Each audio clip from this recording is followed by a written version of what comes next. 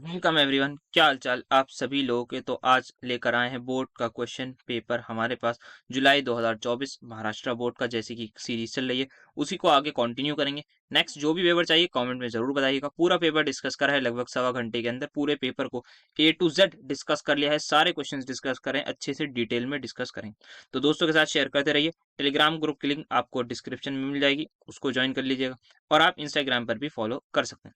तो चलिए फिर without wasting any more time start करते हैं आज का हमारा lecture. So first question we have जिसमें एमसीक्यूज हैं। Integrated rate law equation for a zero order reaction. So we all know is simple, KT is equals to AT, that is concentration at any time t minus A into A, sorry minus A naught. A naught क्या होती है? Initial concentration. AT क्या है हमारे पास? Concentration at this time t। तो K आराम से यहाँ पर आ जाएगा AT minus A naught by T, that is option number हमारे पास C। Next we have spin only magnetic moment of Fe2 positive. Fe2 positive क्या होता है हमारे पास? Iron 2 positive. इसकी कॉन्फ़िगरेशन अगर हम लिखें सो इट विल बिकम 3d64s0। दो इलेक्ट्रॉन एस वाले चले जाएंगे। तो 6 अगर हमारे पास है तो मैं जल्दी से इसका ऑर्बिटल डायग्राम बनाऊं तो 1 2 3 4 5 6। तो यहाँ पर 4 अनपेयर्ड इलेक्ट्रॉन हो गए, तो नंबर ऑफ अनपेयर्ड इलेक्ट्रॉन 4। आप एक्जैक्टली कैलकुलेट करेंगे तो कैलकुलेट कर लीजिएगा, mu is equals to under root n into n plus 2 से। बट यहाँ पर जो वैल्यू आएगी वो हमेशा 4 से ज्यादा आएगी, 4.9 4.8 समथिंग ऐसे ही देखने को मिलेगी। जो हमारे पास इंटीजर है वो 4 वाला रहेगा हमारे पास देखने को। तो ये 4.899 Bohr magneton is going to be the final answer. Next, we have to tell the relation between radius of sphere and edge length in a simple cubic lattice. Simple cubic lattice में क्या होता है हमारे पास? Simple सा we have सारे के सारे एटम्स जो होते हैं वो कॉर्नर पर होते हैं। कॉर्नर पर अगर होते हैं और वो कैसे होते हैं? टच कर रहे होते हैं एक दूसरे को टच कर रहे होते हैं। वो सारे के सारे एटम्स कॉर्नर में होते हैं, एक दूसरे को टच कर रहे होते हैं। तो मैं यहाँ पर एक फेस का व्यू बना रहा हूँ। तो ये क्या है? रेडियस है। ये क्या है? रेडियस है। एच लेंथ क्या है? ए। तो क्या यहाँ पर दिख रहा है? ए बराबर 2r दिख रहा है। तो r is equal to A by 2 बोल सकता हूँ। यस, तो आंसर हो जाएगा option number C. Next we have to tell the monomer use in the preparation of thermocol. Thermocol basically क्या है हमारे पास? पॉलीस्टाइरीन की यहाँ पर बात हो रही है। और पॉलीस्टाइरीन किससे बनता है? दैट इज स्टाइरीन से। ऑप्शन नंबर डी हमारे पास हो जाएगा। Next we have to tell the pH of a solution जिसकी कॉन्सेंट्रेशन हमें दे रखी है कुछ सी। तो HCl मेरे पास किस में टूटेगा? H पॉजिटिव और Cl नेगेटिव में टूटेगा। जब भी पीएच और पीओच का क्वेश्चन हो ना तो इसी तरीके से करा करिए। यहाँ पर इसकी मोलैरिटी 0.01 मोलर दे रखी है। अगर इसका एक मोल है तो इसका भी एक मोल, इसका भी एक मोल, तो इसकी कॉन्सेंट्रेशन क्या हो जाएगी? 0.01 मोलर हमारे पास हो जाएगी। तो यहाँ पर कॉन्सेंट्रेशन क्या आ गई? 10⁻⁻² मोलर। तो पीएच किसके इक्वल है? Minus of log H positive ions के। तो that will B minus log 10⁻⁻² के। तो यहाँ पर log A⁻m जो होता है वो m टाइम्स हो जाएगा। तो -2 पीछे मल्टीप्लाई में आ जाएगा। तो दैट विल बी -2 इंटू -1 या फिर माइनस लॉग 10 जो हो जाएगा हमारे पास 1। और माइनस से माइनस कैंसिल, तो आंसर आ जाएगा 2। तो पीएच हमारे पास हो जाएगी 2। Next we have to tell which of the following amino acid do not have और do not contain chiral centre. So that will be हमारे पास सिंपल सा हो जाएगा भाई ग्लाइसिन। ग्लाइसिन का स्ट्रक्चर ये होता है। यहाँ पर हमारे पास नॉर्मली जो होता है किसी भी अमाइनो एसिड का स्ट्रक्चर वो होता है, एक CH ग्रुप होता है, एक NH2 होता है, एक हाइड्रोजन होता है, एक कोई भी R ग्रुप हो सकता है। अब R कुड बी CH3, कुछ भी हमारे पास हो सकता है। But in case of glycine R जो होता है वो कुछ नहीं, सिर्फ और सिर्फ H ही होता है। तो इसका मतलब यहाँ पर दो ग्रुप सेम हो गए। अगर दो ग्रुप सेम हो गए तो कायरल नहीं होगा। कायरल का मतलब क्या होता है? एक ऐसा sp3 एटम जिस पर सारे ग्रुप्स डिफरेंट होने चाहिए। क्या यहाँ पर sp3 है? दी आंसर इज क्या सारे अलग है? नो सर, दो सेम है। तो आंसर हो जाएगा glycine. Next which of the following is benzylic halide. तो बेंजाइलिक पोजीशन की बात करें और एक हमारे पास होती है एलाइलिक पोजीशन, दोनों मोर और लेस सेम होती है। बेंजीन पर CH2 इज बेंजाइल। यहाँ पर मैं कुछ भी लगा दूं, OH लगा दूं बेंजाइलिक अल्कोहल, X लगा दूं बेंजाइलिक हैलाइड, और भी कुछ होगा बेंजाइल अमाइन NH2 लगा दूं। तो यहाँ पर हमें बताना है फिलहाल बेंजाइलिक हैलाइड। तो यहाँ पर मुझे X लगाना है। तो क्या होता है यहाँ पर? जिस भी एटम पर जैसे इसका एक एग्जाम्पल लू, बेंजाइलिक और एलाइलिक मोर और लेस सेम होती है। जैसे यहाँ पर इस एटम पर हमारे पास हेलोजन एटम अटैच्ड है, इसके जस्ट बराबर वाला कार्बन वो किसी और के साथ किसी और कार्बन के साथ बेसिकली डबल बॉन्ड बना रहा हो। जैसे कि C डबल बॉन्ड CH2 यहाँ पर प्रेजेंट होना चाहिए। तो ये हमारे पास पूरा सिस्टम है, C डबल बॉन्ड CH2। इसके जस्ट बराबर वाला कार्बन जो हो जाएगा उस पर जो भी ग्रुप लगा है, या फिर बेसिकली इस कार्बन को मैं बोलता हूँ एलाइलिक कार्बन।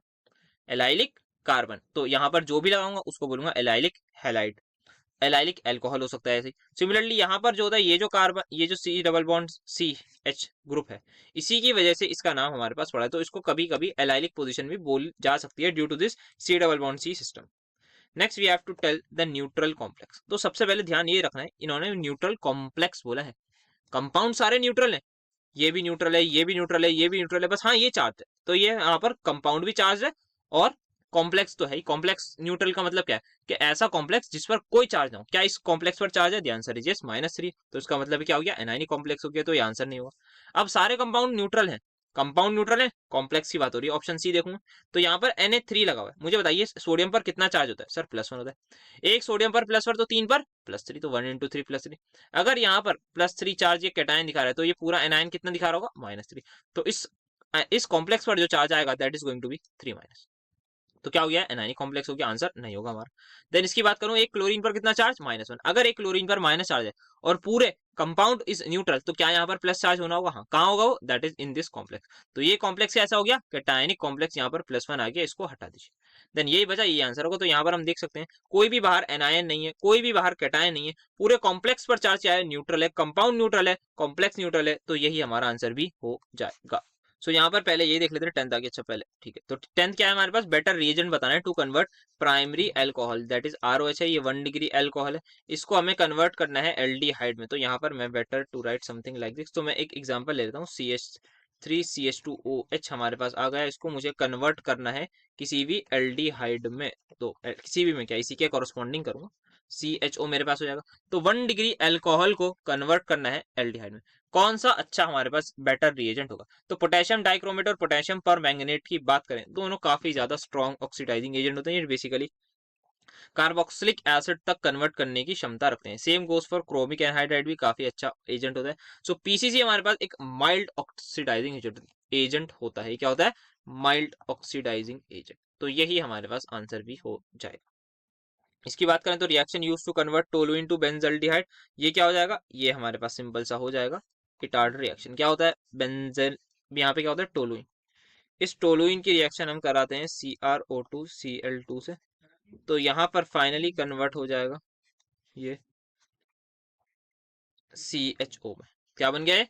बेंजल्डिहाइड बन गया है। तो इटार्ड रिएक्शन हमारे पास ये हो जाएगी, तो ये हमारा आंसर हो जाएगा, और ये 10 MCQs हो गए। Right the name of insecticide which is effectively use instead of DDT।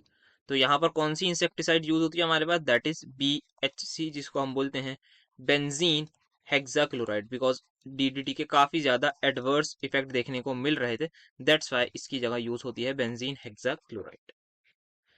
Next, write the name or formula of hydrocarbon when methyl magnesium iodide, that is CH3MgBr plus ammonia, ammonia के साथ जब reaction होती है, तो ammonia को हमें कुछ इस तरीके से यहाँ पर शो कर रहा हूँ। तो क्या बनेगा यहाँ पर?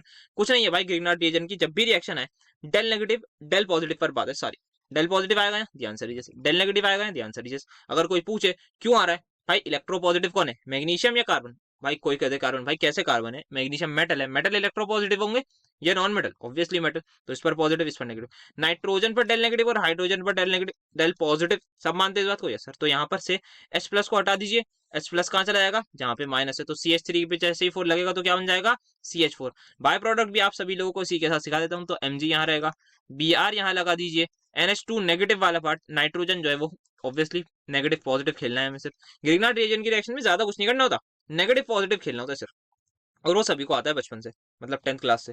नेक्स्ट, इस क्वेश्चन में हमें कैलकुलेट करना है standard potential of the cell. तो यहाँ पर ये कंफ्यूज करने के लिए दे रखी है चीजें। क्यों?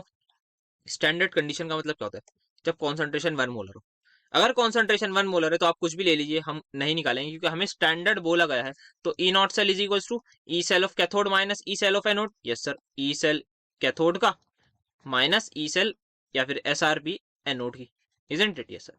तो कैथोड पर क्या है सर? कैथोड पर हमारे पास है बेसिकली ये साइड हमारी हो गई एनोड वाली, ये साइड हमारी हो गई कैथोड वाली, ठीक है। तो कैथोड माइनस हमें एनोड करना है। तो कैथोड पर क्या है हमारे पास? क्रोमियम दे रखा है, तो क्रोमियम क्या होगा?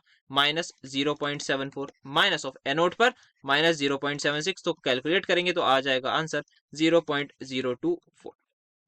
नेक्स्ट, IUPAC नेम हमें लिखना है Na3AlF6 का, तो यहाँ पर ये हो जाएगा सबसे पहले कैटायन का नाम लिखते हैं, कैटायन या फिर एनायन अगर हमारे पास हो सिंपल केस में।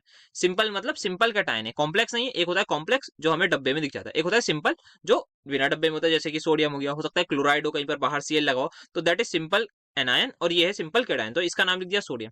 अब हमें इस कॉम्प्लेक्स का नाम लिखना है। इस कॉम्प्लेक्स में कैसे लिखेंगे? सबसे पहले मैंने देखा क्या है, लिगेंड। कितने लिगेंड है? 6 है। क्या सेम है सारे के सारे? दी आंसर इज, तो यहाँ पर आएगा हेक्सा, देन आगे फ्लोरो।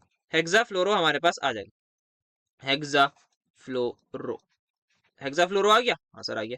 क्या है हेक्साफ्लोरो के आगे? सर हेक्साफ्लोरो हमारे पास जैसे ही आ गया, उसके बाद बचा है एल्युमिनियम। अब मुझे सोच के बताइए ये एनायनिक कॉम्प्लेक्स है या कैटायनिक? सर ये हमारा कैटायनिक कॉम्प्लेक्स नहीं है, एनायनिक है, क्योंकि Na पर कितना नेट चार्ज होगा? +3। तो यहाँ नेट चार्ज कितना होगा? -3। तो सर ये जो कॉम्प्लेक्स है ये दिखने में कुछ इस तरीके का होगा। बिल्कुल सही आपने बोला। तो एल्युमिनियम की इसी बात पर मुझे ऑक्सीडेशन स्टेट बताइए। एक बच्चे ने बोला सर +3 नजर आ रही है, बिल्कुल सही। अगर यहाँ -6 आएगा और -6 +3 मिलकर क्या हो जाता है? -3 हो जाता है। तो हेक्सा फ्लोरो हमारे पास आ गया।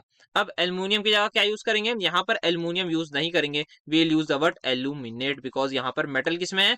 हमारे पास जो मेटल है that is in anionic complex. तो सोडियम, देन उसके आगे लिखेंगे हेक्सा फ्लोरो एल्यूमिनेट, और यहाँ पर इसकी ऑक्सीडेशन स्टेट लिख देंगे। ठीक है, तो ये समझ में आ गया? द आंसर इज यस, हमारे पास ये आ गया हमारा, क्लियर हो।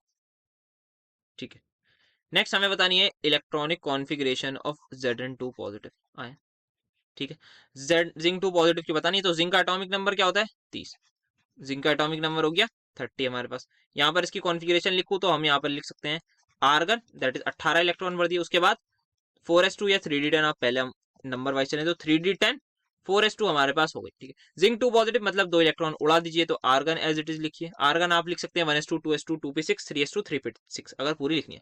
3d10 4s0 को नहीं लिखते हैं, तो यहाँ पर जिंक की कॉन्फ़िगरेशन होगी। नेक्स्ट IUPAC नेम बताना है किसका? अमाइन का। जब एसिटामाइड, एसिटामाइड क्या होता है? CH3 C double bond O NH2 undergoes Hofmann bromamide reaction. Hofmann bromamide में Br2NaOH यूज करते हैं। इसको क्या बोलते हैं हमारे पास? यहाँ पर कुछ नहीं करना, बीच में से CO ग्रुप उड़ाना होता है बस। हॉफमैन ब्रोमाइड में CO ग्रुप बीच में से उड़ा दीजिए, ये बन जाएगा CH3NH2। अब इसका IUPAC नेम लिखना है तो क्या हो जाएगा? ये हमारे पास मिथाइल मीथेन अमीन, मीथेन अमीन हमारे पास हो जाएगा इसका IUPAC नेम। मीथेन लास्ट में E आएगा, और ये अमीन ग्रुप है या मीथेन 1 अमीन। तो यहाँ पर जो क्या कहते हैं हम IUPAC जब लिखते हैं तो ये वाला वर्ड ड्रॉप कर देंगे, so it will become methane amine. यहाँ पर इसको मिला के लिख दीजिएगा। तो ये हमारे पास क्वेश्चन का आंसर हो गया। हमें लिखना है write the condition for spontaneity of reaction with respect to entropy. तो स्पॉन्टेनिटी बतानी है कि भाई कोई रिएक्शन होगी या नहीं होगी, रिएक्शन स्पॉन्टेनियस है या नॉन स्पॉन्टेनियस है, यही दो बातें यहाँ पर करेंगे। ठीक है, राइट द कंडीशन हमें इसी की करनी है। तो यहाँ पर किस तरीके से वील डू? यहाँ पर हम करेंगे डेल्टा एस जो होता है, क्या होता है? Net change in entropy. Delta S total जो है वो हमारे पास ग्रेटर देन 0, मतलब एक पॉजिटिव वैल्यू होनी चाहिए। मतलब किसी भी रिएक्शन की अगर एंट्रोपी बढ़ रही है तो विद रिस्पेक्ट टू एंट्रोपी हम बोलेंगे कि ये जो रिएक्शन है स्पॉन्टेनियस। बेसिकली जो एक्चुअल वर्ड होता है वो होता है यूनिवर्स की एंट्रोपी बढ़ रही है। Delta S system plus delta S universe has to be, sorry, delta S system plus delta S surrounding has to be greater than 0, या डेल्टा एस टोटल हमारे पास 0 हो जाना चाहिए। तो वो हमारे पास एक्चुअल रीजन होता है फॉर स्पॉन्टेनिटी ऑफ रिएक्शन। तो यहाँ लिख सकते हैं if the entropy change of a process is positive then the process may occur spontaneously. Next, we have to write the relation between Van 't Hoff factor and degree of dissociation of an electrolyte.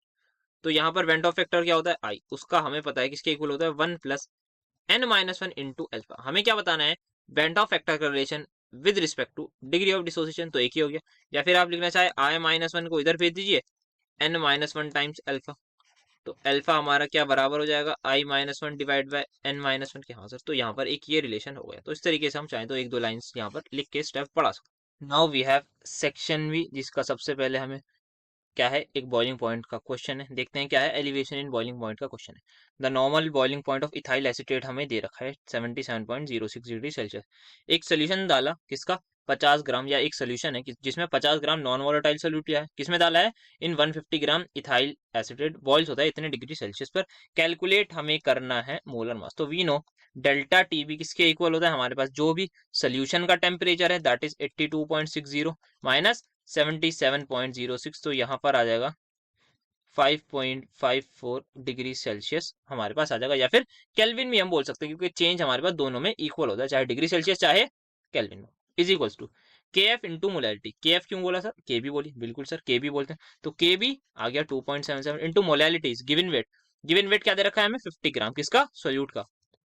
Given molality होती क्या है, number of moles divide by weight of solvate in kilogram, तो number of moles solute के 50 divide by molecular mass जो निकालना है, into weight of solvent, यहाँ पे 150 डाल दूंगा, इनटू 1000 डाल दूंगा, ताकि ये कन्वर्जन हो जाए कंप्लीट इन किलोग्राम, तो वन जा यहाँ पर आ जाएगा 3, तो 2.77 जो है, अब आप इसको थोड़ा सा कैलकुलेट करके देखिएगा, सो आई थिंक ये हमारे पास इसका डबल नहीं, इससे थोड़ा सा ज्यादा आ रहा है, तो ये आपका लगभग 2.75 का डबल क्या होता है, तो 2.5 का डबल 5 होता है, 2.75 का डबल 5.5, हाँ तो ये ऑलमोस्ट डबल ही आ रहा है, ठीक है। तो ये हो गया, इसको हटाऊंगा तो ये 50 पे आ जाएगा, तो मेरा जो एम आ रहा है वो मेरा 50/3 आ रहा है, एक बार आप आंसर चेक भी कर लीजिएगा ग्राम पर मोल, तो मेरा जो मोलर मास आ रहा है इस सल्यूट का वो लगभग आ रहा है 16.67 ग्राम पर मोल, तो आप एक बार अपनी कैलकुलेशन मतलब मेरी कैलकुलेशन चेक कर लीजिए। Next, deduce first law of thermodynamics for isothermal process, तो आइसोथर्मल वाला आई थिंक हमारा इससे पीछे जो 2022 वाला पेपर डिस्कस करा था लास्ट वीडियो में, वहां पर भी डिस्कशन हुआ है, अब भी देख लेते हैं। Delta U is equals to Q plus W होता है, यस सर। आइसोथर्मल के केस में क्या delta T is equal to 0 होगा, हाँ सर होगा, तो डेल्टा यू किसके इक्वल होता है, एनसीवी डेल्टा टी, अगर डेल्टा टी 0 तो डेल्टा यू 0, बढ़िया। तो यहाँ पे 0 पुट करूंगा तो Q is equals to minus W नहीं हो जाएगा, यस सर बिल्कुल हो जाएगा, ठीक है। नेक्स्ट है हमारे पास आइसोकोरिक प्रोसेस, आइसोकोरिक में क्या होता है, वॉल्यूम कांस्टेंट, क्या मैं लिख सकता हूँ delta V is equals to constant, हाँ सर बिल्कुल लिख सकते हैं। क्या हमें पता है work done is equals to minus of P external delta V के इक्वल होता है, हाँ सर। अगर डेल्टा वी 0 तो वर्क डन 0, तो डेल्टा यू किसके इक्वल हो जाएगा सर, Q प्लस डब्ल्यू था, अब खाली Q बचेगा, तो इस तरीके से हम फर्स्ट लॉ ऑफ थर्मोडायनेमिक्स लिख सकते हैं अलग अलग तरीकों से। नेक्स्ट यहाँ पर आता है कंप्लीट द फॉलोइंग इक्वेशन, तो फर्स्ट पार्ट में हमारे पास है XeF2 प्लस H2O की रिएक्शन, तो NCERT आपकी जो बुक है उसकी क्वेश्चन है ये, तो वहीं पर रिएक्शन है XeF2 की जब हाइड्रोलिसिस कराते हैं so we'll get HF plus xenon हमें साथ में मिलता है अलॉन्ग विद ऑक्सीजन, तो ये रिएक्शंस एज इट इज याद करके लिख लेनी है।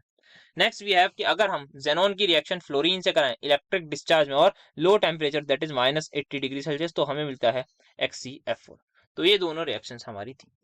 नेक्स्ट, अब हमें डिफरेंशिएट करना है between ionic and covalent crystals, तो आयनिक नाम से ही पता लग रहा है आयनिक कंपाउंड, कोवेलेंट नाम से ही पता लग रहा है कोवेलेंट कंपाउंड होंगे, तो यहाँ पे क्या क्या इनके डिफरेंस है, तो पार्टिकल्स ऑफ यूनिट सेल क्या होते हैं, कैटायन एनायन होंगे, ऑब्वियस सी बात है।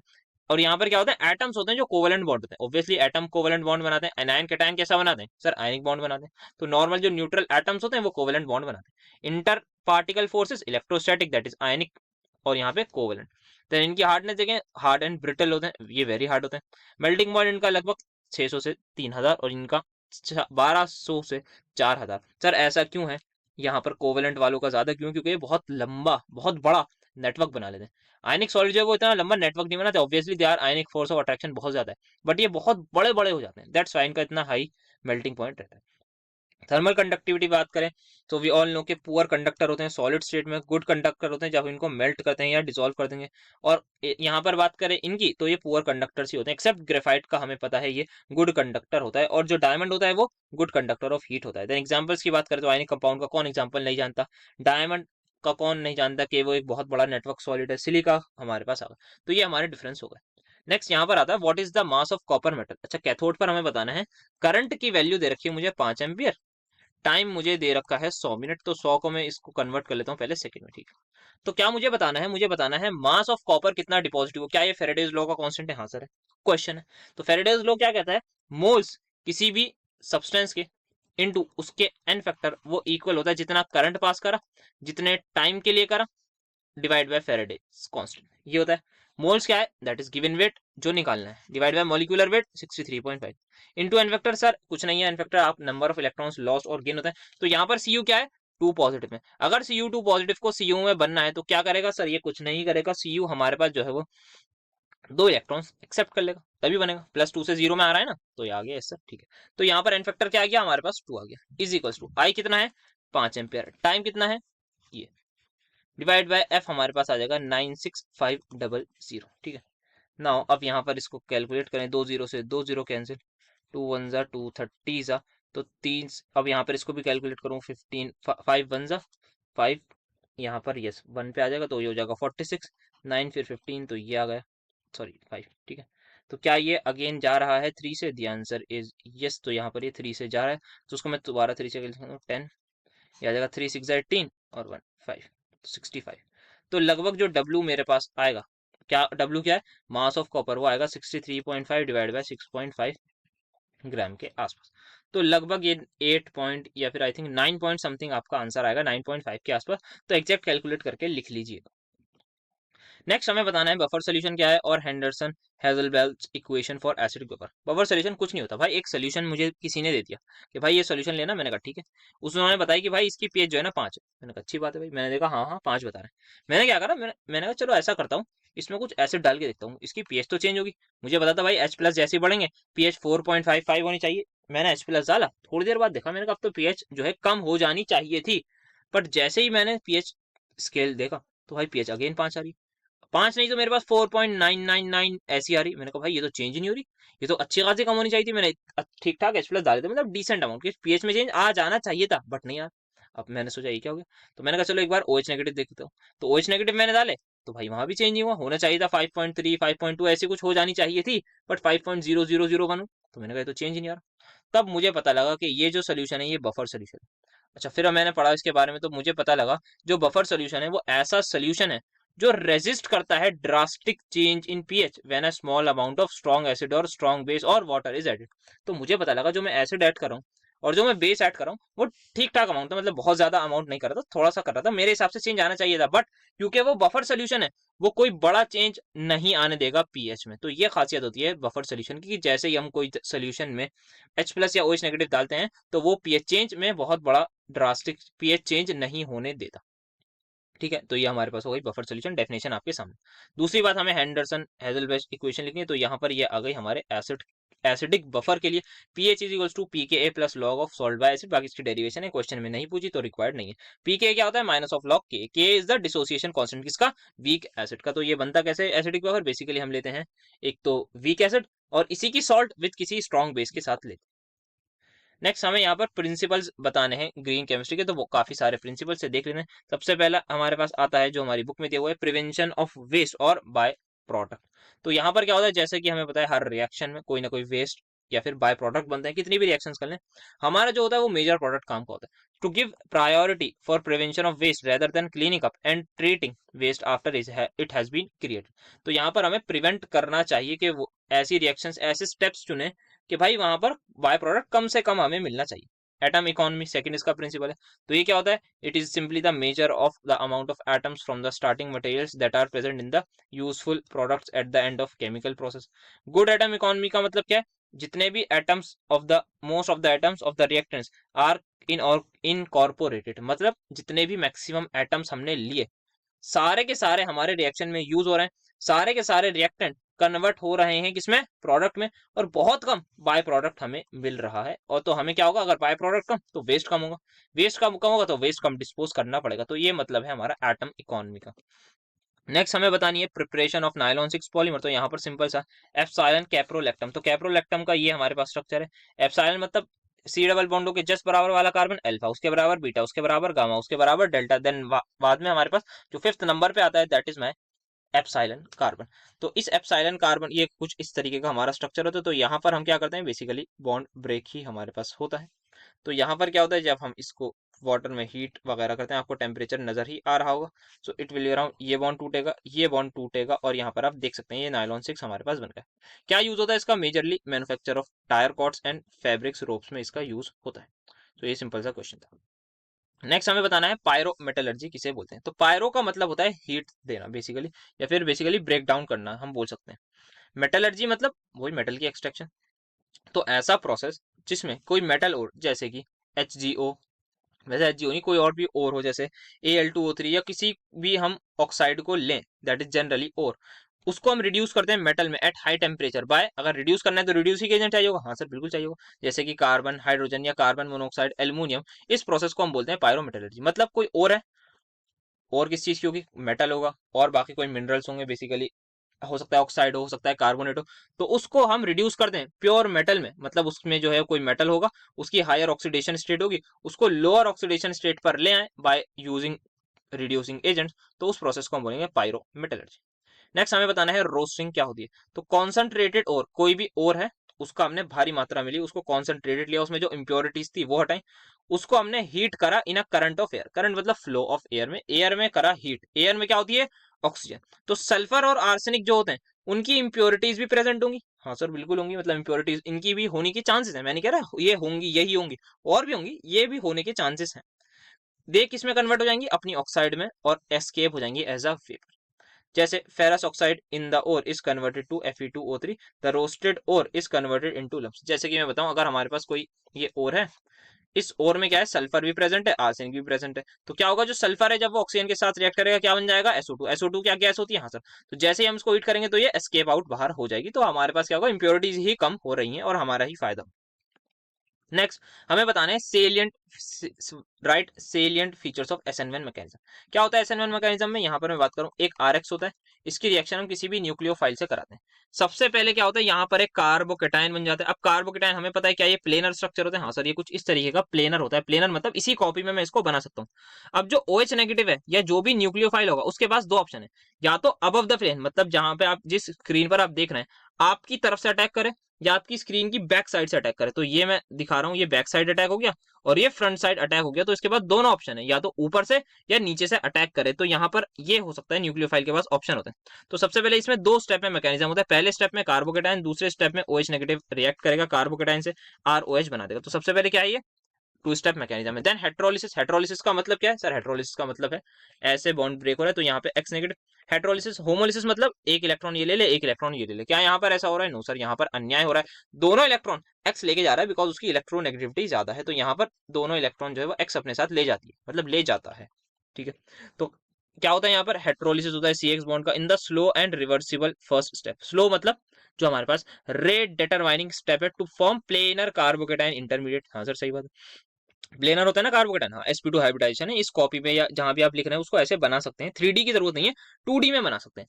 Then attack of the nucleophile on the carbocation intermediate in the fast second step to form product. देख सकते हैं हम सेकंड स्टेप में कोई भी न्यूक्लियोफाइल है, उसने अटैक करा, बना दिया प्रोडक्ट। तो यहाँ पर क्या है, SN1 जब हम कैरिड आउट करते हैं किसी भी कायरल कार्बन पर, अगर हमारे पास जो कायरल कार्बन है, जो हमारे पास सॉरी कोई भी SN1 अगर कैरिड हुई किस पर, एक कायरल कार्बन पर, इन ऑप्टिकली एक्टिव सबस्ट्रेट, जो प्रोडक्ट बनेगा वो नियरली रेसिमिक बनेगा। मतलब क्या है, जैसे मैंने एक कार्बोकेटाइन ले लिया, मैं जल्दी से आपको दिखा देता हूँ। तो C यहाँ पर मैं लगा दूँ, कुछ भी लगा देता हूँ जल्दी से। यहाँ पे Cl लगा दिया, यहाँ पे मैं लगा देता हूँ H लगा देता हूँ, यहाँ पर मैं लगा देता हूँ आपका CH2, यहाँ पे लगा दिया मैंने C2H5। इसकी रिएक्शन मैंने कराई OH नेगेटिव से। तो यहाँ पर आप देखेंगे सबसे पहले जो कार्बोकेटाइन बनेगा वो ये बनेगा, तो C ऊपर CH2, यहाँ पे C2H5, यहाँ पर H, और ये पॉजिटिव आएगा। क्या ये प्लेनर होगा? अब जो OH नेगेटिव है उसके बाद दो ऑप्शन है, या तो वो नीचे से अटैक करे या फिर वो ऊपर से अटैक करे। तो वो क्या बन जाएगा, वो कुछ इस तरीके का हमारे पास बन जाएगा। तो यहाँ पर मैं आपको बना के दिखा दूँ, जस्ट रैंडम स्ट्रक्चर बना दिया मैंने एक यहाँ पर। अब यहाँ पर क्या ऑप्शन है हमारे पास, OH के बाद दो ऑप्शन है, या तो नीचे से अटैक करे या ऊपर से अटैक करे। तो यहाँ पर क्या होता है, 50% ऑफ द मॉलिक्यूल्स, अगर ये मेरे पास 100 मॉलिक्यूल थे तो 50 मॉलिक्यूल्स पे सामने से अटैक होगा, 50 मॉलिक्यूल से बैक अटैक होगा। तो क्या होता है, यहाँ पर दोनों मिलते हैं, यहाँ पे R कॉन्फ़िगरेशन वाला भी मिलेगा, साथ साथ इसी की मिरर इमेज भी मिलेगी। मतलब आप इसकी मिरर इमेज करके बना दीजिएगा इसका एनएंचोमर, और दोनों की जो क्वांटिटी है वो इक्वल अमाउंट होगी, वो इक्वल अमाउंट होगी। तो R वाला कहीं रोटेट कर होगा प्लेन पोलराइज लाइट को, जस्ट उसके ऑपोजिट S वाला कर होगा। तो ये मतलब है। अच्छा, यहाँ क्या हो गया, R भी है S भी है, R कॉन्फ़िगरेशन वाला आइसोमर भी है, S कॉन्फ़िगरेशन वाला आइसोमर भी है। तो जब भी इक्वल अमाउंट में दोनों एनेंचोमर्स प्रेजेंट होते हैं, क्या उसको, अच्छा कोई भी अगर एक से ज्यादा चीज है तो उसको मिक्सचर बोलूंगा। हाँ सर मिक्सचर बोलूंगा। तो जब भी एनेंचोमर्स इक्वल अमाउंट में प्रेजेंट हो किसी भी मिक्सचर में तो उसको बोलते हैं रेसिमिक मिक्सचर। तो दैट्स वाई यहाँ पर रेसिमिक वर्ड यूज किया गया। नियरली रेसिमिक का मतलब यही है, दोनों जो है वो इक्वल क्वांटिटी में प्रेजेंट होंगे। दिस इंडिकेट्स कि SN1 रिएक्शन जो है वो प्रोसीड कर रही है mainly with racemisation. This means both the enantiomers product form होंगे किसमें, इक्वल अमाउंट में। तो ये कुछ हमारे सेलिएंट फीचर्स हो गए SN1 मैकेनिज्म के। Next we have to tell the denaturation of protein. तो क्या होता है हमारे पास, जैसे हमने सबसे अच्छा इसका एग्जांपल है एग वाला, यस एग वाला। तो डीनेचुरेशन प्रोटीन के बारे में पहले से पढ़ते हैं क्या होता है। तो क्या होता है, अगर मैं प्रोटीन का स्ट्रक्चर होता है कुछ, हाँ सर प्राइमरी स्ट्रक्चर वाला वगैरह होते हैं, सब उनकी बॉन्डिंग्स होती हैं। तो क्या होता है, अगर हम हाई टेम्परेचर लाएं या कोई किसी एसिड किसी बेस से रिएक्ट करा दें, या इवन एजिटेशन कैन डिस्टर्ब, कुछ हम उसमें अपने पास से अलग से एडिशन कर दें, नॉन कोवेलेंट इंटरेक्शन कर दें, तो जो हमारे पास स्पेसिफिक शेप है प्रोटीन का वो चेंज हो जाता है, वो क्या होगा, चेंज हो जाएगा। इसको सिंपल बोलते हैं डीनेचुरेशन ऑफ प्रोटीन। तो ये क्या है, it is the process by which the molecular shape of protein changes without breaking the amide peptide bond. Bond नहीं टूटेगा, उसका जो शेप होता है वो हमारे पास चेंज हो जाएगा। पहले कुछ और शेप था, अब वो शेप चेंज हो जाएगा। किसकी वजह से होगा, वो हाई टेम्परेचर एसिड या बेस हम उसमें एक्सपोज करते हैं तब होता है। देन हमें क्या बताना है, write the name of only pyrimidine base. तो आई थिंक पिरामिडीन बेस जो हमारे पास होती हैं, ओनली तो नहीं, दो होती हैं जितना मुझे याद आ रहा है। वो होती है हमारे पास, एक तो यूरासिल, यूरासिल होती है हमारे पास AU और GC। तो आई थिंक दूसरी जो होती है वो होती है साइटोसिन। तो दो होती है हमारे पास। एक बार इस क्वेश्चन को चेक करिएगा, कुछ मुझसे गलती होगी तो कमेंट में बताइएगा, मैं समझने में मिस्टेक हुई। बाकी मेरे हिसाब से तो ये दोनों ही आंसर होने चाहिए।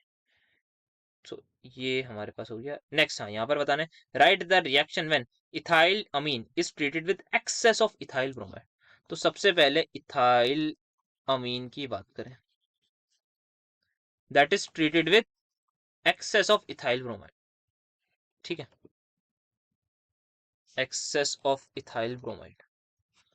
तो यहाँ पर एक मोल नहीं है, एक से ज्यादा मोल है। तो पहले स्टेप में बताते हैं क्या होता है। सबसे पहले ये इस पर अटैक करेगा, Br नेगेटिव को बाहर करेगा, यहाँ पे जो एक H है वो निकल जाएगा, यहाँ पे जो एक H है वो निकल जाएगा, और ये क्या बन जाएगा हमारे पास, CH3 CH2N। यहाँ पे CH2 लगेगा, CH3 और एक हाइड्रोजन रहेगा। नेक्स्ट स्टेप में क्या होगा, सेम, अगर क्योंकि एक्सेस में लिया है ना भाई, तो यहाँ पे C2H5Br से अगेन रिएक्ट करेगा, अगेन ये वाला हाइड चला जाएगा, यहाँ C2H5 लगेगा। फिर एक और लोन पेयर, फिर हमारे पास लोन पेयर तो एक बच, बेसिकली लोन पेयर तो होगा हमारे पास, क्योंकि यहाँ पर, यहाँ से ये H की जगह पर वो आ जाएगा, दैट इज हमारे पास C2H5। तो लोन पेयर अगेन अटैक करके हमारे पास बना लेता है क्वाटरनरी अमोनियम सॉल्ट। तो यहाँ पर नाइट्रोजन जो है वो यहाँ पर C2H5 जो है, कितने होते हैं, 4 होते हैं। यहाँ पर क्या आएगा, चार्ज पॉजिटिव, और Br नेगेटिव रहता है। तो ये हमारे पास बन जाती है क्वाटरनरी अमोनियम सॉल्ट, हमारे पास देखने को मिलती है। क्वाटरनरी क्यों, क्योंकि यहाँ पर नाइट्रोजन जो है वो 4 कार्बन के साथ अटैच है, तो क्वाटरनरी अमोनियम सॉल्ट यहाँ पर देखने को मिलती है। तो ये हमारी रिएक्शन हो गई इथाइल अमीन की विद किससे, excess of ethyl bromide. Then we have Hinsberg reagent. तो हिंसबर्ग रिएजेंट की बात करें, उसकी रिएक्शन करा रहे हैं, तो I think Hinsberg reagent is something like this, SO, यहाँ आया Cl, यहाँ आया बेंजीन रिंग। ये मैंने रिएक्शन कराई, यहाँ पर क्या होगा, यहाँ पर कुछ नहीं होता, H और Cl हटा के जोड़ दी बस। यहाँ पे क्या करना है, H हटा दीजिए और यहाँ से Cl हटा दीजिए और इनको ज्वाइन कर दीजिए। तो यहाँ पर आपका बन जाता है एक स्ट्रक्चर कुछ इस तरीके से, और जिसको हम बोलते हैं कि ये जो है सोल्यूबल होता है बेस में। प्राइमरी अमीन है, क्योंकि प्राइमरी अमीन है तो मतलब 2 हाइड्रोजन होते हैं, 2 हाइड्रोजन होंगे, पहला रिएक्ट किसके साथ करेगा, दूसरा जो है अगर बेस लूंगा मैं तो ये H पॉजिटिव जो है वो लीव कर सकता है। तो H पॉजिटिव लीव करेगा, इसका मतलब ये बेस में सोल्यूबल है ये बोलते हैं। और अगर वहीं पर मैं ये जो है मेरे पास किसी तरीके से सेकेंडरी अमीन से रिएक्शन करा देता है हिंसबर्ग रिएजेंट की, तो कोई H नहीं बचता, कोई H नहीं बचता, तो वो फर्दर रिएक्ट नहीं करता। तो ये हमारे पास एक टेस्ट भी होता है हिंसबर्ग टेस्ट, जिससे हम डिस्टिंग्विश करते हैं between primary, secondary and tertiary अमीन। तो ये हमारा पूरा सेक्शन हो गया। सो वी हैव यहाँ पर सेक्शन सी का क्वेश्चन नंबर फर्स्ट जो 15 है, इसमें से कुछ 8 क्वेश्चन करने होते हैं। तो क्या करना है, यहाँ पर कंस्ट्रक्ट करना है एक cell using standard hydrogen electrode and zinc electrode, उसकी सेल रिएक्शन लिखनी है और उसकी रिप्रेजेंटेशन करनी है। तो क्या होता है हमारे पास, जो हम एनोड है, जो हो एनोड है उसको क्या लेंगे हम, जिंक की लेंगे। तो जिंक इलेक्ट्रोड होगी, तो एनोड पर क्या होता है, ऑक्सीडेशन। ऑक्सीडेशन मतलब लॉस ऑफ इलेक्ट्रॉन, यही होता है, यस सर यही होता है। अब बात करें अगर कैथोड पर, तो कैथोड पर क्या हो रहा होगा सर, कैथोड पर कुछ इस तरीके से हो रहा होगा रिडक्शन। किसका रिडक्शन, जो H प्लस होते हैं वो करेंगे इलेक्ट्रॉन गेन, बना लेंगे H2 गैस, बैलेंस करने के लिए 2 यहाँ पर लगा देंगे। अगर मुझे नेट सेल रिएक्शन लिखनी है, so what I can do, I can simply add both the reaction, और मुझे मेरी नेट सेल रिएक्शन मिल जाएगी Zn plus 2H positive will give me Zn2 positive plus H2 gas. क्या ये बात आप सभी को क्लियर है, हाँ सर, ये आपका डायग्राम आपकी बुक में बना हुआ है, तो ये भी बना देंगे तो थोड़ा सा आपको बोनस टाइप पॉइंट मिल जाएगा कि टीचर कहेगा मार्क्स काटे तो कहाँ काटे। तो ये सेल रिएक्शन लिख ली। सेल रिप्रेजेंटेशन की अगर बात करें, तो इस साइड एनोड लिखूंगा मैं, Zn से किस में कन्वर्ट हो रहा है, Zn2 प्लस से। फिर यहाँ पे सॉल्ट ब्रिज के 2 डंडे आ जाते हैं। फिर यहाँ पर क्या लिखूं सर, यहाँ पर हमारा जो H प्लस है वो कन्वर्ट हो रहा है H2 में, तो कॉन्सेंट्रेशन वगैरह की कोई बात नहीं है, तो नहीं हम भी करेंगे। ठीक है, तो ये हो गया। अब next we have to calculate the potential of a cell, जिसमें हमारे पास जिंक आयंस है, स्टैंडर्ड हमें दे रखा है पोटेंशियल। तो जिंक हमारे पास जो है वो एनोड पर है, तो क्या होता है यहाँ पर, ऑक्सीडेशन होगी। तो यहाँ पर मैं इसकी लिखूँ, तो अगर कॉन्सेंट्रेशन की बात करूं मैं जिंक की, तो ये क्या है, 0.01 मोलर है, यस सर है। तो क्या मैं इसको 10⁻⁻² मोलर बोल दूं, ध्यान सर। सॉलिड की हम कोई भी कॉन्सेंट्रेशन नहीं लेते, तो इस रिएक्शन का जो क्यूसी है वो क्या आ जाएगा, concentration of zinc only, yes sir हो जाएगा, तो दैट इज 10⁻⁻²। अब मैं यहाँ पे नर्स इक्वेशन लगाता हूँ, that is E cell is equal to E naught cell. कितना है E naught cell, E naught cell है मेरे पास 0.76, क्योंकि स्टैंडर्ड पोटेंशियल तो वही है ना ऑफ अ सेल, हाँ सर यही, माइनस 0.059 या फिर 0.06 ले लेता हूँ for simpler calculation by N factor कितना है, कितने इलेक्ट्रॉन का चेंज आ रहा है सर, यहाँ पर आपके 2 इलेक्ट्रॉन का चेंज आ रहा है, तो divide by 2 into log QC, log of 10⁻⁻², ये -2 आके मल्टीप्लाई हो जाएगा, log 10 क्या होता है 1 होता है, सो it will become this minus 0.06/2 into -2, तो यहाँ पर ये कन्वर्ट हो जाएगा -1, और यहाँ पे ये आके हो जाएगा ऐड, तो 0.82 वोल्ट हमारे पास आ जाएगी E cell, that is cell reaction हमारे पास टोटल। तो ये हमारे पास क्वेश्चन हो गया, ठीक है। नेक्स्ट अब हमें देखना है, स्टेट करना है हेनरीज लॉ। हेनरीज लॉ क्या होता है भाई, कुछ नहीं होता, किसी भी गैस की अगर मैं बात करूँ, ये लिक्विड है, ठीक है, आप सभी को दिख रहा होगा, यहाँ पर गैस होगी, मैं क्या करूंगा, मुझे इस गैस को इस लिक्विड में सोल्यूबल करना है किसी तरीके से। तो क्या होता है, जो भी सोल्यूबिलिटी होगी गैस की, जो भी सोल्यूबिलिटी होगी गैस की, वो डायरेक्टली प्रोपोर्शनल होगी कितना ज्यादा यहाँ पर प्रेशर है गैस का over the solution. Solubility of gas, कितनी ज्यादा गैस सोल्यूबल होगी, वो डिपेंड करेगा कि कितना ज्यादा प्रेशर है गैस का।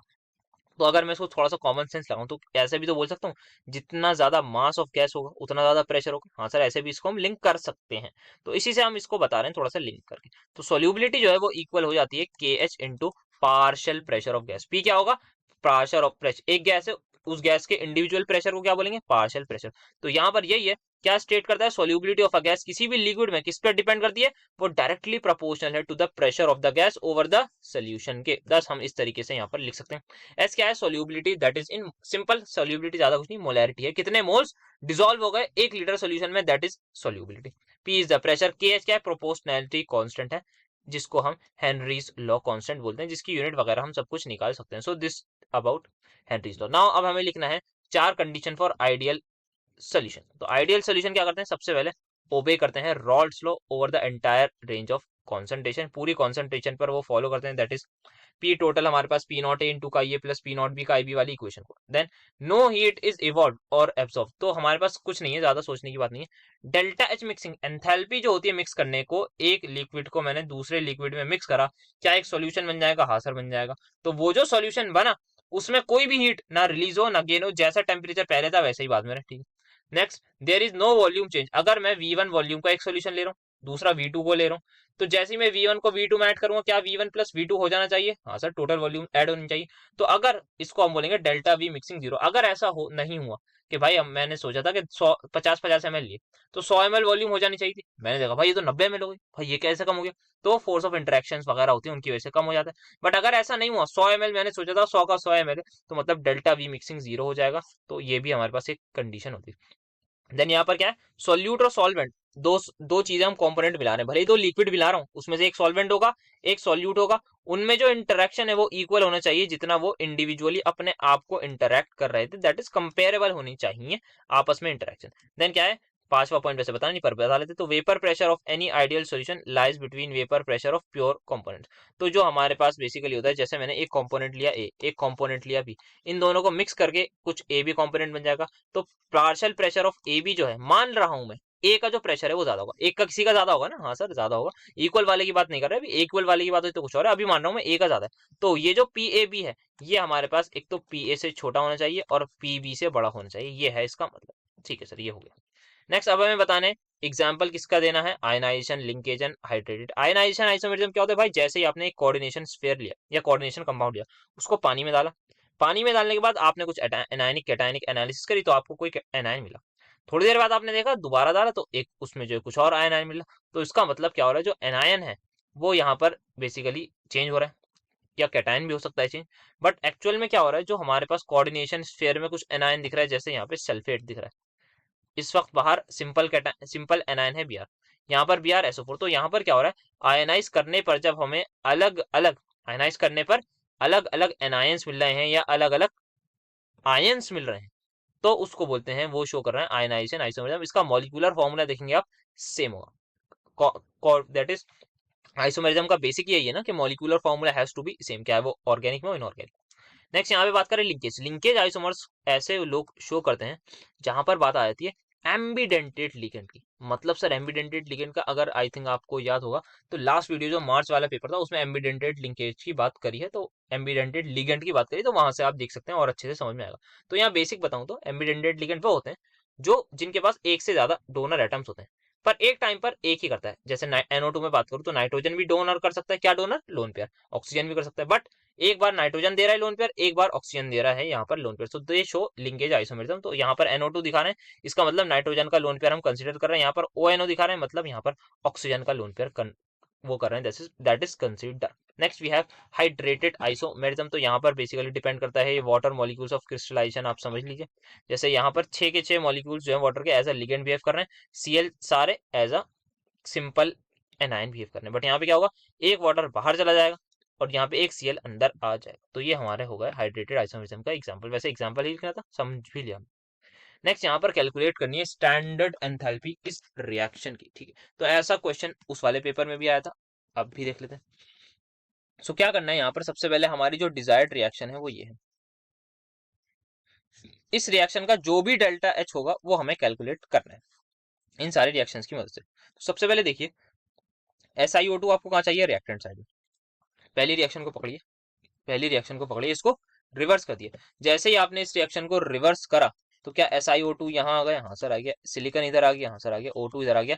क्या इस रिएक्शन का डेल्टा H जो था वो अब -911 हो जाएगा, हाँ सर पढ़ रखा है हमने ऐसे में। लास्ट लेक्चर में भी ऐसा क्वेश्चन करा था, तो वहां से भी क्लैरिटी है, ठीक है। दूसरी चीज अब देखिए क्या डिजाइड, तो आपको कार्बन चाहिए कहाँ पर, रिएक्टेंट साइड में। तो यहाँ पर भी कार्बन रिएक्टेंट साइड में, दोनों ही चीजों में कार्बन जो है वो रिएक्टेंट साइड में, यहाँ भी यहाँ भी, ठीक है। और क्या चाहिए आपको, आपको चाहिए SiC। तो क्या वो प्रोडक्ट साइड में, ध्यान से एक ही है, हाँ एक ही है। यहाँ पे क्या चाहिए, SO चाहिए, ठीक है। तो अब मैं क्या करता हूँ, जो मैंने रिएक्शन को रिवर्स करा है इसको मैं बेसिकली 2 3 और ये 4 बोल देता हूँ। 2 + 3 + 4 एक बार जैसे ही आप करेंगे, आप जैसे ही करेंगे, आप ये चीज करके देखिएगा, एट दी एंड क्या होगा, SiO2 आपको मिल जाएगा जो आपको चाहिए। 2 कार्बन प्लस एक कार्बन क्या हो जाएगा, 3 कार्बन, ठीक है। देन क्या कर रहे हैं, ये ऑक्सीजन आ जाएगा रिएक्टेंट साइड, ये सिलिकॉन आ जाएगा रिएक्टेंट साइड, ठीक है। नेक्स्ट क्या होगा, SiC प्रोडक्ट में आ जाएगा, 2CO प्रोडक्ट में आ जाएगा, और यहाँ पर क्या आएगा प्रोडक्ट में, क्योंकि इस रिएक्शन को हमने रिवर्स कर दिया Si + O2। तो इस Si से ये Si कैंसिल हो जाएगा, इस ऑक्सीजन से ये ऑक्सीजन कैंसिल हो जाएगा, तो आपको डिजायर्ड रिएक्शन मिल जाएगी। तो आपका जो भी फाइनल डेल्टा H रिएक्शन का आएगा, मैं उसको लिख रहा हूँ, वो आएगा -991 -221 -65.3 at the and kilo joule में आंसर रिपोर्ट कर दीजिएगा। बहुत सिंपल तरीके से हो जाएगा। क्या करना होता है, कुछ नहीं होता, रिएक्शनों को घुमा फिरा के हमें डिजायर्ड रिएक्शन बनानी होती है। कौन सी डिजायर्ड रिएक्शन, जिस रिएक्शन का एंथैल्पी ऑफ रिएक्शन या डेल्टा H नॉट कैलकुलेट करना होता है। आई होप इजीली क्लियर होगी ये बात। नेक्स्ट यहाँ पर डिराइव करना है हमें Oswald dilution law for weak acid. तो मान लेते हैं कोई वीक एसिड है मेरे पास, ये CH3COH, ये क्या होगा, डिसोशिएट होगा किसमें, CH3CO negative plus H positive में। हाँ सर। एट T = 0, जब टाइम 0 होगा तो क्या है, कुछ ये डिसोशिएट होगा, ध्यान से सुनो, कुछ भी डिसोशिएट नहीं होगा। इसके मोल्स अगर मैंने मान लेते हैं कितने लूं, C कॉन्सेंट्रेशन ले लेता हूँ, तो C रहेगी, ये 0 ये 0। मान रहा हूँ मैं इक्विलिब्रियम आ गया, तो इसके क्या कुछ मोल डिसोशिएट हो जाएंगे, हाँ सर हो जाएंगे। मान लेता हूँ X मोल्स हो गए डिसोशिएट, या X moles per litre dissociate होगा, ये X बन गया, ये X बन गया, ठीक है। नाउ अब मैं क्या कर रहा हूँ यहाँ पर, X क्या है, नंबर ऑफ मोल्स डिसोसिएटेड। एक चीज हम यहाँ पर कंसिडर कर रहे हैं, दैट इज अल्फा। अल्फा क्या होता है, number of moles dissociated divide by number of moles taken. कितने मोल्स डिसोशिएट हो गए, कितने हो गए, X हो गए। कितने मोल्स लिए थे इनिशियली, C। तो क्या अल्फा जो हमारे पास आ गया, X/C आ गया। तो X की वैल्यू क्या है, यहाँ से C अल्फा बोल सकता हूँ, हाँ सर बिल्कुल बोल सकते हैं। X = C alpha, cross multiply, तो ये C - C अल्फा, ये C अल्फा, ये C अल्फा। यहाँ पर जरा के इक्विलिब्रियम की अगर वैल्यू आप लिखना चाहें तो के इक्विलिब्रियम इस केस में क्या हो जाएगा, कुछ नहीं होगा, के के बराबर होगा। के क्या है, डिसोसिएशन कांस्टेंट फॉर एसिड। तो वो क्या इस तरीके से आ जाएगा, यस सर बिल्कुल आ जाएगा। तो यहाँ पे क्या हो जाएगा, C² अल्फा स्क्वायर, तो ऊपर हो गया C अल्फा स्क्वायर, नीचे बचेगा 1 - अल्फा। यहाँ पे क्या लिया है मैंने, बेसिकली C कॉमन लिया और ये बन गया 1 - अल्फा। यहाँ पे क्या हो जाएगा, C² अल्फा स्क्वायर हो जाएगा, तो C से C कैंसिल हो जाएगा, तो C alpha square divide by 1 - alpha. So यहाँ पर C अल्फा स्क्वायर। तो यहाँ पर क्या होता है, ये वीक इलेक्ट्रोलाइट है, मतलब क्या है, कम टूटेगा। कम टूटेगा मतलब कम डिसोशिएट होगा, तभी तो वीक है भाई, वरना तो स्ट्रॉन्ग होता ना।